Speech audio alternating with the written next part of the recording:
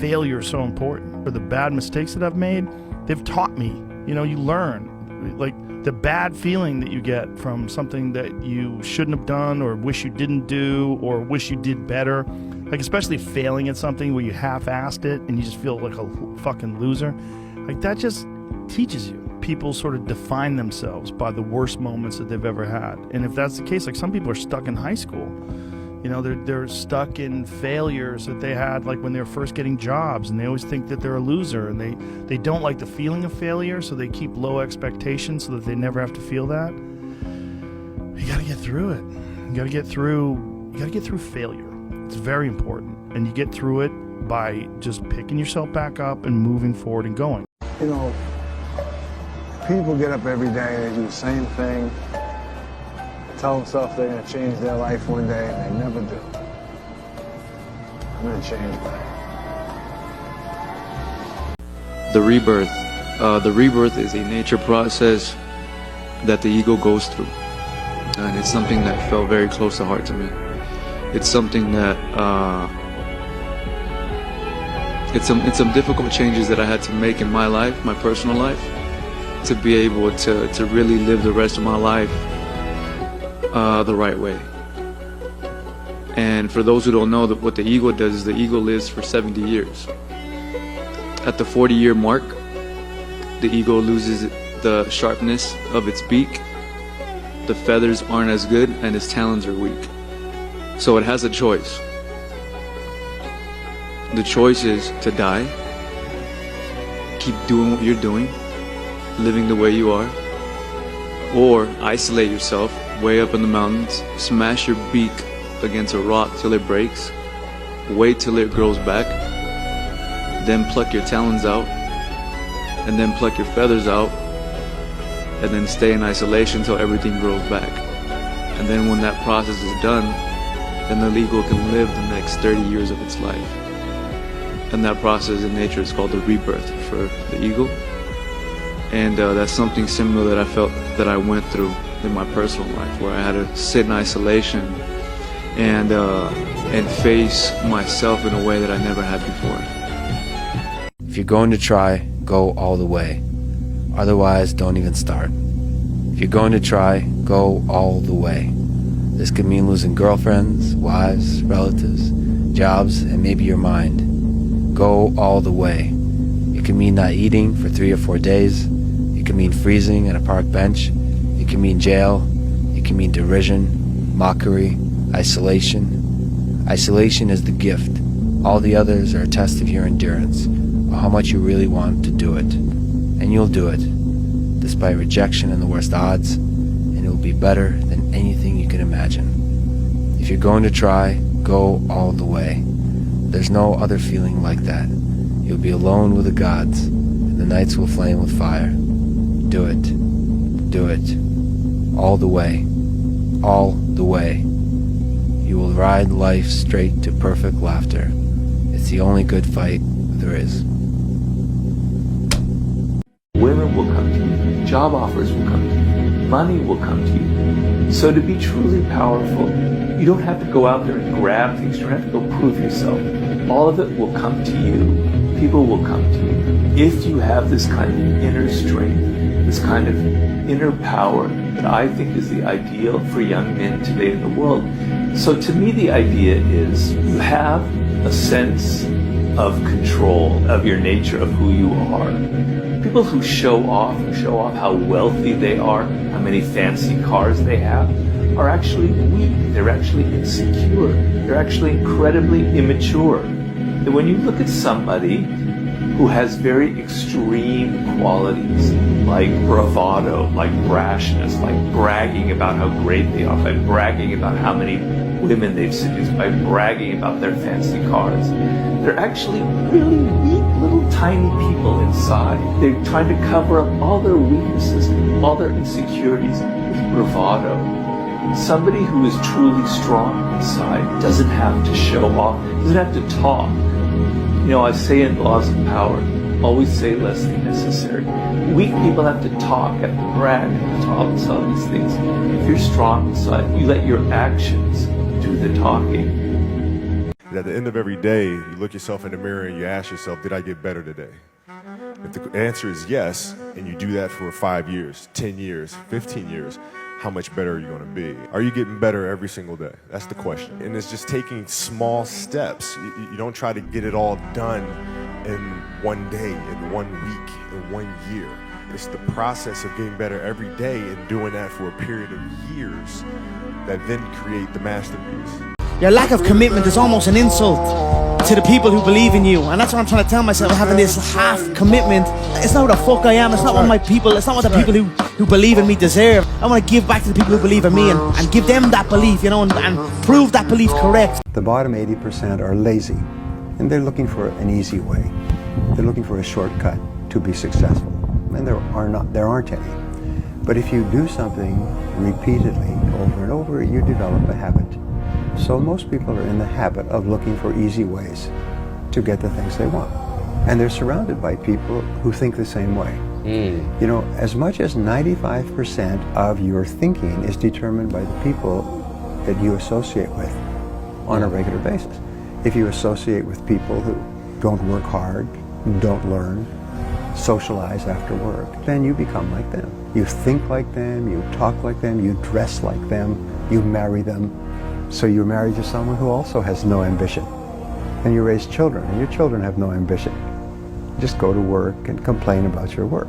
So people say, well, where do I find positive people? First you become one, and then you naturally attract it.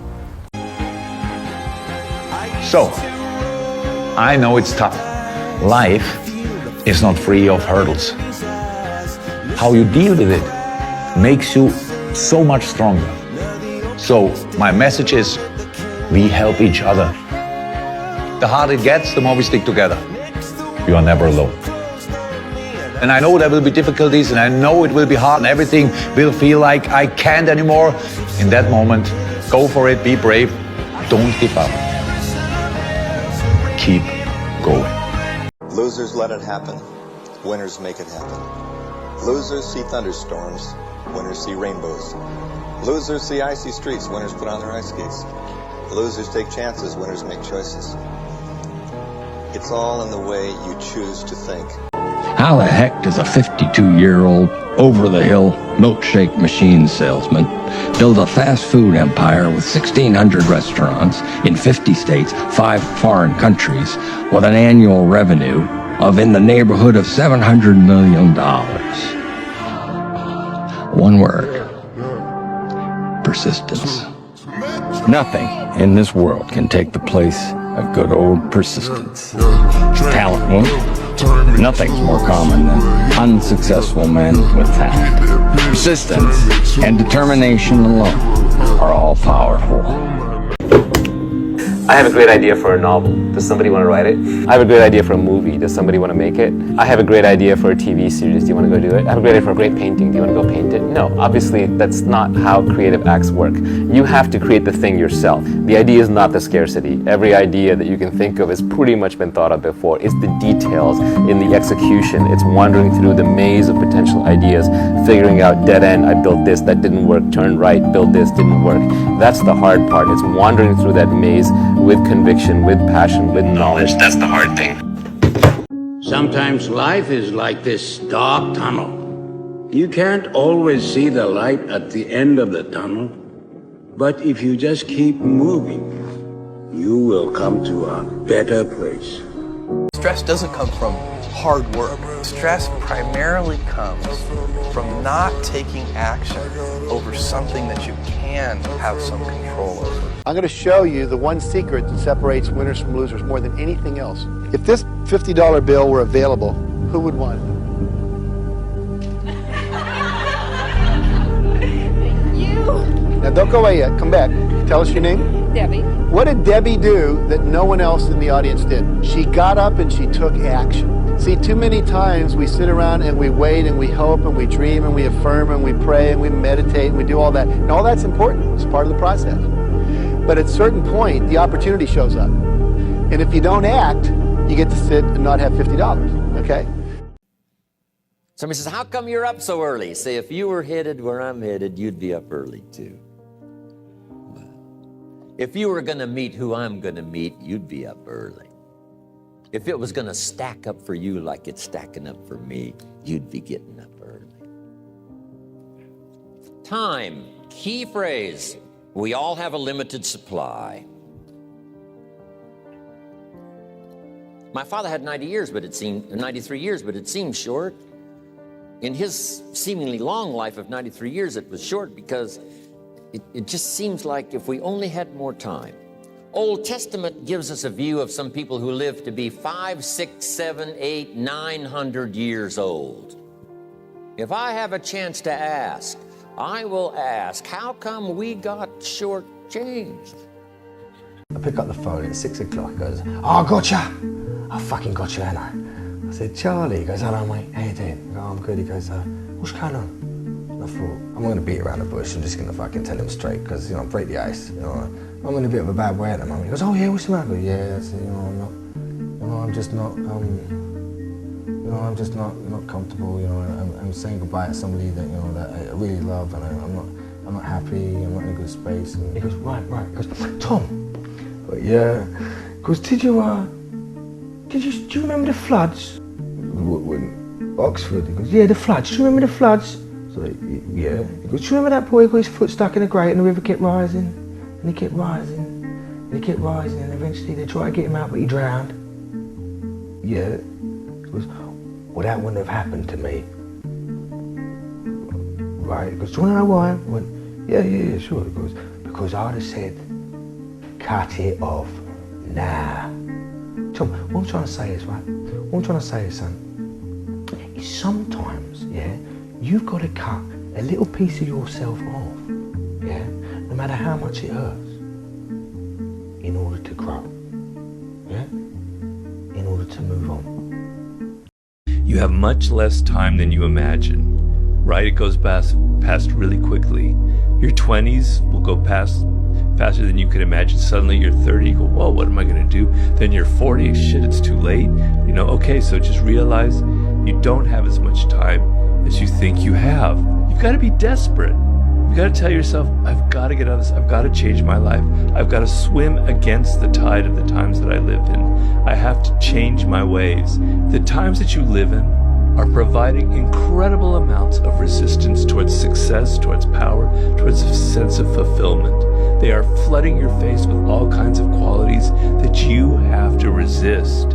And to the degree that you're aware of these qualities, and to the degree that you resist them, you will build inner strength, you will build the kind of life skills that are necessary to survive and thrive in a very, very tough world. Success is a 5-step process. First, you have to know what you're going after, your goals. Then you encounter your problems. Number 2, you encounter your problems on the way to your goals.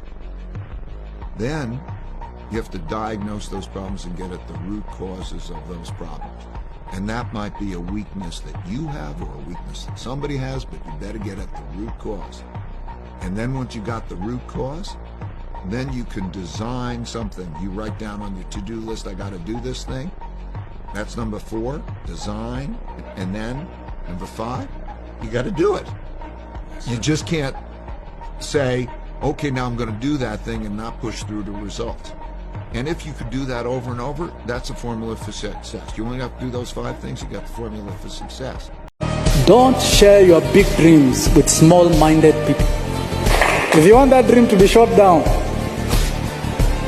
share it with small-minded people. Look for big-minded people, and they will. A person who thinks all the time has nothing to think about except thoughts. So he loses touch with reality. Time to wake up. You should be a monster. You should be ruthlessly ambitious and then learn how to control it. It's better to be a warrior in a garden than a gardener in a war.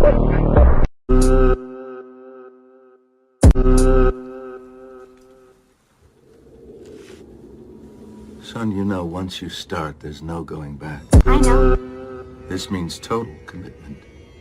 Once you begin the path, there is no leaving the path. Are you sure you're ready for that? And anyone who truly loves power, loves to measure that power in battle. It's a simple fact. The question is, do we fight in order to gain more power, or do we gain more power in order to fight? I haven't figured it out yet. But who cares? Because one thing is for certain. There is no reason we should ever deny it or try to change, because we were born this way! No man has the right to be an amateur in the matter of physical training. It is a shame for a man to grow old without seeing the beauty and strength of which his body is capable. This is where you end up when you don't have a plan. You know, my father used to say, whatever you do it 100%. When you work, work. When you laugh, laugh. When you eat like it's your last meal. The hardest choices require the strongest wills. You're not the smartest, you're not the coolest, you're not the best looking, but god damn it, you are something. Let me be very clear. I'll never give up. Never. May God have mercy upon my enemies, because I won't. It hurts.